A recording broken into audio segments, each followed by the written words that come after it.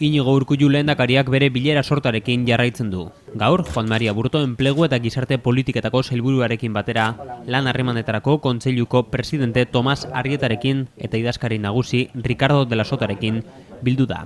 Horretan, lan harremanetako kontseiluko beste ordezkari batzuk ere izan dira. Atzo berriz, ELA eta Comisiones Obreras sindikatuen txanda izan zen, bi sindikatuetako idazkari nagusiekin bildu zen lehendakaria Adolfo Muñoz eta Unai Sordorekin urrenez urren. Funtzionarioei lanaldia luzatzeko lakuak egindako proposamena gogor salatu zuen bileraren ostean Unai Sordo Comisiones Obreraseko idazkari nagusiak. Gogoratu, Espainiako gobernuak behartuko dituela administrazio publiko guztiak euren langileei lanaldia igotzera. Azaldu zutenez, langileen gastuak murrizteko. Urtean, administrazio publikoetako langileek 1.650 orduko lanaldia izango dute, astean 37,5 ordukoa. Zentzu horretan, Iñigo Urkullu lehendakariak aurreko astean iragarri zuen Euskal Autonomia Erkidegoan lanaldi igoera txikiagoa izango dela, baina konfirmatu zuen bai izango dela 1.600 ordutik gorakoa.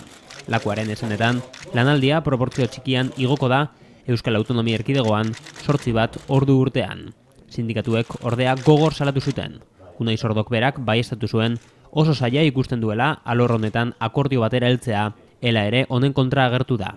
Funtzio publikoetako kontseilari orde Andres Zeharretarekin bildu ostean, sindikatutik azaldu zuten ez dagoela inongo aukerarik adostasun puntu batera heltzeko, euren esanetan, enplegua suntsituko duen neurri honetan. Erkorekak ordea, Iñigo Urkulluk enplegu publikoa mantentzeko duen konpromisoa berretsi zuen.